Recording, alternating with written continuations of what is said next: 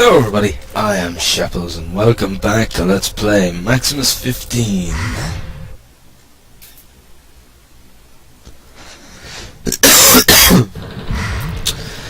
Right, so we're just heading back to base to sell our goodies. And in the last part I was busy talking about Hellgate London and how it's been practically redone by another developer. And I was telling you about the internet browser game of King's Road, both being action RPGs, since it is action RPGs, which, well, this is an action RPG, so it was only fitting that I basically discussed action RPGs. And, yeah, so basically it was Hellgate London, which has been completely redone by another company. You can find it by searching up Hellgate Game, or maybe even Hellgate Tokyo. You'll probably find it through that as well. And then there's of course King's Road, which you will find through googling King's Road Game or King's Road Browser Game, and you should be able to find them pretty handy through searching Google under those searches. And they're pretty good. I suggest that you check them out if you do like action RPGs. I thoroughly enjoyed King's Road, so I highly recommend it. As you know, even if you're not a multiplayer person, you can basically play the game on your own. It'll be a lot tougher on your own, but it is definitely manageable to play it as a single player game as well. And there's another game which I bought on Steam a good while ago, but the problem is that it isn't compatible with Windows XP. The minimum requirement is Windows 7, so I haven't been able to play it. I'd have to wait until I get a new computer to play it, but it is an action RPG. I can't really say much about it because I haven't played it personally myself, but it's supposed to be an okay game. It's not supposed to be anything like fantastic or anything like that. The Metascore on Steam was ranging about 65 last time I checked. I did get it on one of the Steam sales a good while ago. It was only something like a couple of euros, so I said fuck it, I'll buy it. Like, if it's crap, it's crap. If it isn't, it isn't. And I'm not quite sure how to pronounce the name. It's either Lizabel or Lezabel or Isabel. One or the other it's called. It's either ISEBEL or something like that, or LEBES, or something along that line. But if you type in something along that in the search, you should be able to find it on Steam. And it's an action RPG, and it does have achievements and the likes. I don't know an awful lot about it, apart from what can be provided by the Steam store. But it's another one. I can't remember. The full price isn't that much either. I think it's only about 10 or I think it's about 10 or 15 euros, something like that. Unfortunately I haven't played it, so I can't really recommend it or not recommend it.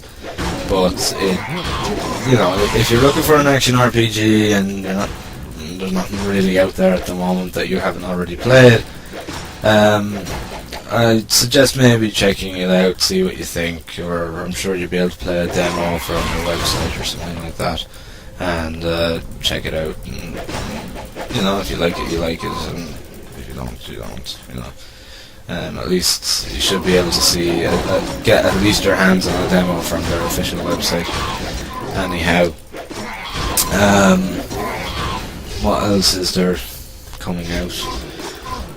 We've got Sacred 3 coming out, which is the third Sacred game. I can't really say an awful lot about it because I don't know an awful lot about it. It's currently only in pre-order as of today, which is the 10th of July.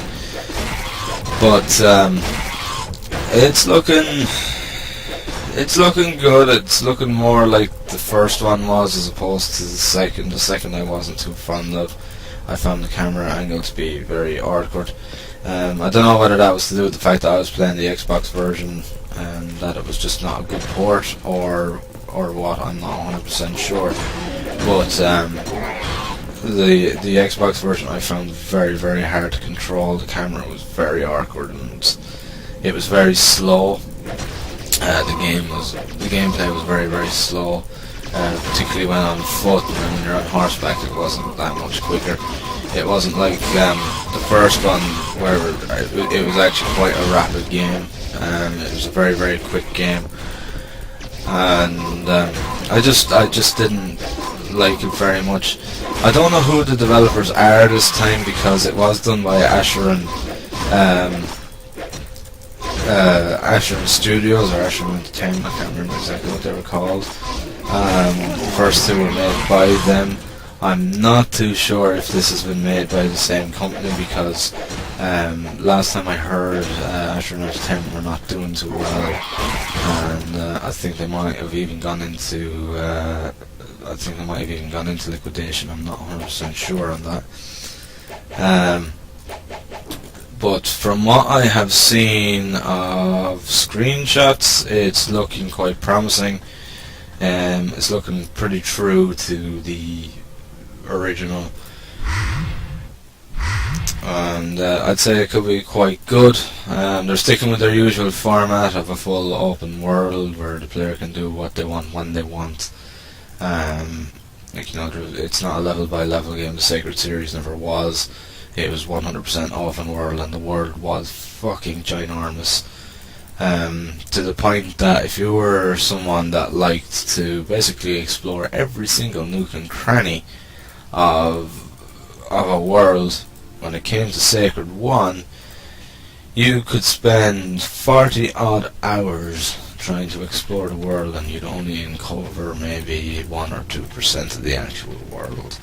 So it's an enormous world, and Sacred 2 was pretty much the same. It was absolutely massive. So they're pretty much going for the same format with this one, and it's looking pretty promising. I have to say, if you like action RPGs, I'd recommend going with it. Just remember that the Sacred series is different from your traditional action RPG, because it is 100% open world, and so it's different in that sense. But if you like the idea of having an action RPG that's full open world, definitely check it out. If you're kind of a little bit in doubt, I'd suggest maybe playing the first one first. You can get Sacred Gold on GOG. I'm not 100% sure if you can get it on Steam, but you can definitely get Sacred Gold on GOG, which includes the original Sacred game and its expansion as well. And you'll be able to start. I think it's only about a tenner, $10 on GOG. So I'd highly recommend it. If you were sort of interested in getting Sacred 3. The graphics are a bit, didn't age well with Sacred 1, I have to admit. But it'll definitely give you an insight into the type of game that Sacred is, and definitely be worth checking out. Probably by the time this video is up, though, it'll be released. But for anyone that hasn't played the Sacred series, by all means check it out and see what you think. As opposed, because as it is at the moment, it's €45 to actually pre-order Sacred 3. So you'd be better off kind of checking out the first Sacred to see whether you actually like that kind of style of action RPG or not, because it's a different beast to something like Diablo, where it's pretty linear, and so you might like it, you might not like it. That's kind of the way it works. But what I will say is that the Sacred series has had a massive following. It really has had a massive following, particularly online. And it's got everything in it. You've got your set items, you've got your unique items, your legendary items, things like that. And it's a pretty good game. It's pretty good. It's absolutely massive. So yeah, definitely. If you're anyway kind of skeptical about it, I suggest playing the first one just to kind of get an idea of what the third one's going to be like.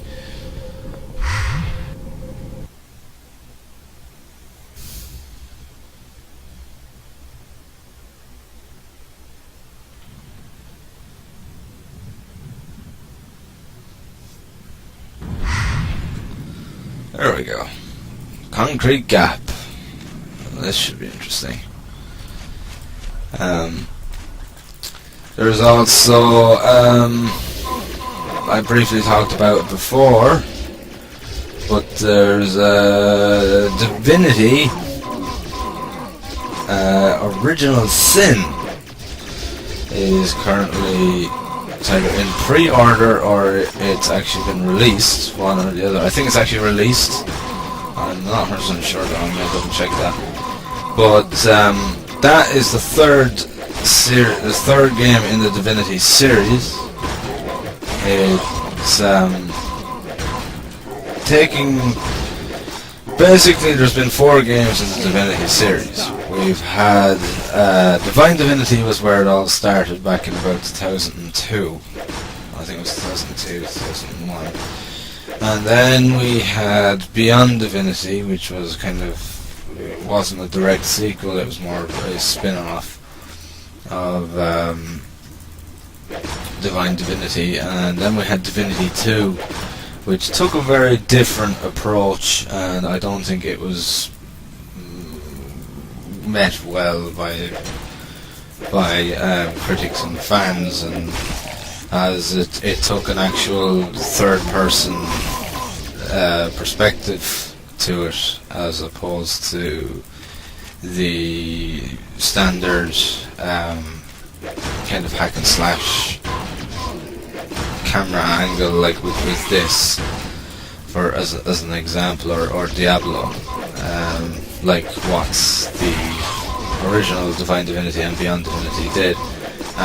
But this one, Original Sin, has actually gone back to the roots of its camera angles and actual gameplay, and it's looking really, really promising. It was funded by a Kickstarter campaign, and it's kind of blending in a little bit of both Divine Divinity and Beyond Divinity in it, in the sense that you have the same kind of combat and that from Divine Divinity, but you've got the companionship from Beyond Divinity, where you have like other party members to help you out and things like that.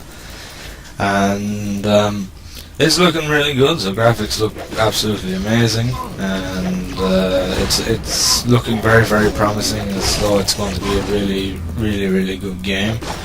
I think that it's going to be good. Like I thoroughly enjoyed Divine Divinity. As I said, I've played it before. I spent my entire summer holidays playing the game through from start to finish one year when I was younger and in school. And it's a long ass game. It took me a very, very long time to actually finish it.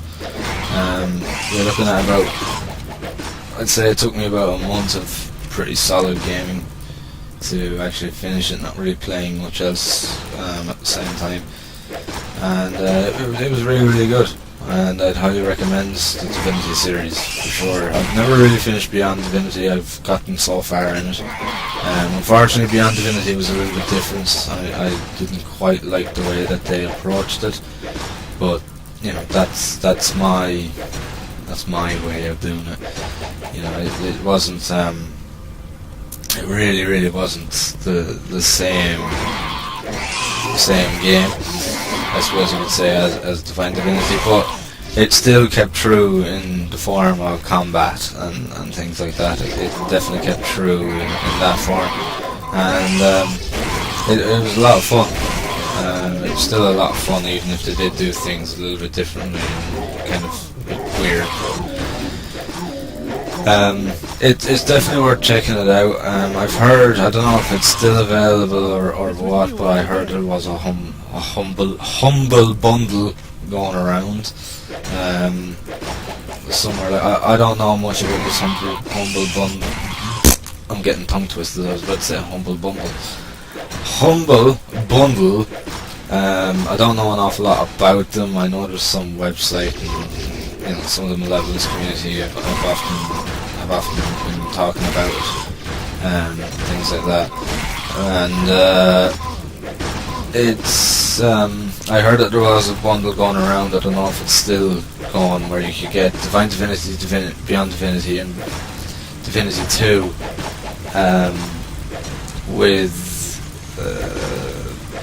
basically as a bundle. You could get them all, and I'm not sure if it had, I don't think it had original sin in it, but it had the games anyway, all the previous games in it, and it was pretty cheap from what I understand.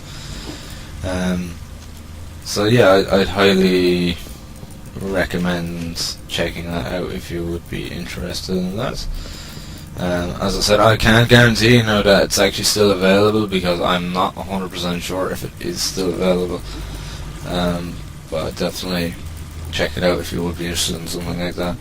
I have Divine Divinity and Beyond Divinity on actual hard copy here still, even after all these years. I do plan, as I said, I do plan on doing a Let's Play of Beyond Divinity, Divine Divinity and Beyond Divinity at some stage. Divinity 2 I'm not too sure about.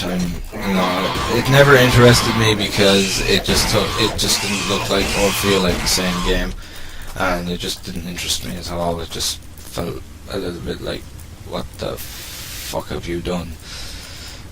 I really don't know what the developers were thinking, but fuck them. Just fuck it. I'm gonna stick true to my word, and I'm just going to say I'm sticking with Divine Divinity, Beyond Divinity, and I'm going to skip Divinity 2, and I'm going to go straight for Original Sin. And if you guys were to like my Divine Divinity Let's Play and my Beyond Divinity Let's Play, and you wanted me to play Divinity 2, then I might. But yeah, I don't know. It's one that I'm very much skeptical of. I just don't like the fact that they went so fucking different about it. But I could be proven wrong. It could end up being quite a good game, but I'm not that trusting in the fact of it being a good one, I'll be honest. What else is there coming out? Fucking hell. There's actually a few action RPGs around. I generally look for action RPGs because of the fact that I like them. By now, anybody that's been watching my Let's Plays or has been watching this one anyway will know that I'm not a fan of Diablo 3. I never even purchased Diablo 3. I just not like the direction that they went with Diablo 3. This whole thing of a fucking auction house just immediately put me off, because it's just just an absolute bullshit. I know that you can play a single player game and the auction house will not affect you, but it's more of a principle matter for me as to why that put me off. Because to me, they've just lost what it was that made Blizzard a fucking great company, and that was the fact that they had love for games.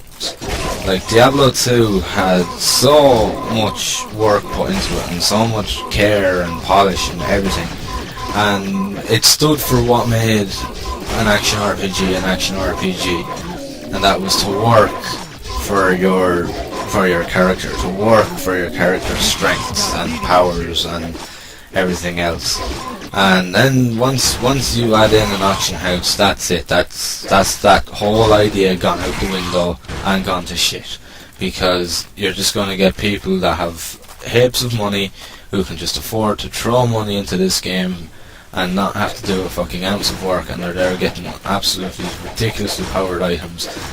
And then there's the actual genuine player who is there playing the game the way the game is meant to be played, and they're falling behind because of somebody with more money than fucking sense, obviously.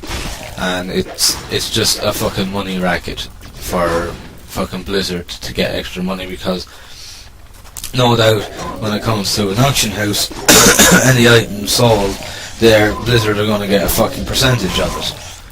So, you know, to me that's just an absolute fucking bullshit money racket, and I completely disagree with it. I don't believe in fucking auction houses for real life money. They did the same in fucking RF Online. I briefly spoke about it before. I think they did something like that on RF Online before as well, and it made RF Online fall flat on its face. And I was completely and utterly disgusted with Blizzard when I heard that they were having a real money auction house. It's just not needed. It's absolute bullshit. It's completely and utterly unnecessary in every fucking manner. I will continue this little rant in a second. I'm going to save my game, and I'm going to have to basically exit from the game, so I'm going to have to stop the recording for a minute, because I've been back to base twice and it's probably going to crash on me, so I'll be right back. And I'm back. Unfortunately, this is the second time I'm back. God damn fucking game crashing up on me. Anyway, as I was saying, having a fucking real life money auction house in a game is absolutely fucking ludicrous. It completely imbalances the game, and you know what I mean. Like, let's just look at it this way. You play a game for, you know, because it's fun. You play a game, you pay your money, you pay for the game, and that's it. You get your fun out of it, and there you go, Bob's your fucking uncle. Then you get the fucking bullshit, like these fucking auction houses, and all they do is that they've ruined that fucking fun, because it completely imbalances the game, because it gives people that have lots of money and they were able to afford to chuck hundreds of fucking dollars into the game this absolute overedge, and they're able to get this awesome fucking equipment without even having to fucking work for it. And you know, it's just fucking stupid. I really hate it. I don't know why. It's not necessary. There is no need for it. It's just fucking money. Just a stupid way of a developer getting more fucking money. That's all it is. And I don't know. It just annoys the hell out of me so fucking much. I really, genuinely detest it. Let's go talk to this dude. Biosphere N was prepared to construct a communication system.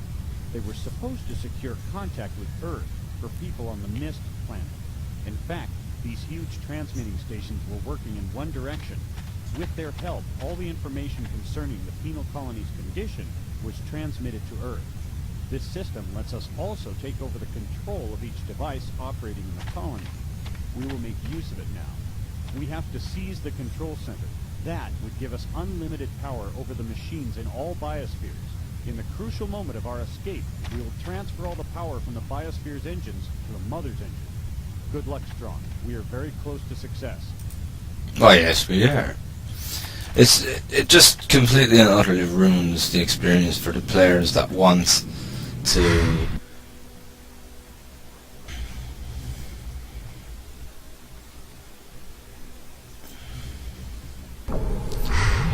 play the game the way the game is meant to be fucking played. You know, I mean, again, of course this doesn't affect someone like me that plays the game from single player. That's fine. Okay, I understand that. but it's the goddamn principle of the fucking matter. The fact that they're here and they're trying to fucking suck more money out of people, and basically they're just ruining their own creation.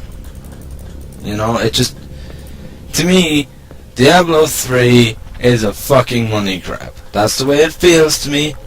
I might be wrong, but that is how it feels to me personally. I just think that Blizzard said, well, we can make more money out of an auction house where we can take a bit of a cut out of people's earnings, and sure, you know, yeah, more money for us. But what if that goes and destroys the bouncing again? Fuck it, it's more money, isn't it? That's the way it seems, you know. I'm gonna be right back just in case this fucking quits on me again and decides to crash. Hey, it actually didn't this time. Alright, maybe now, yes, I can go complete this quest now. But yes, you know, Operation Bridges completed. You've blocked them and they won't be able to transfer their armies so quickly now. Great job, Strong. How come we've never met before on the battlefield? You're saying that's better because we're both still alive? Well, yeah, you're right. When I was in active service, I was dangerous on the battlefield. I used to run amok. Here you are. It's a lucky shield. It'll protect you. Thanks so much, Patrick. It's actually better than mine for once. An actual quest reward that's better than something I already had. Woo! Well, I'm just gonna fucking... That's enough talking about Diablo 3 because it just completely infuriates me.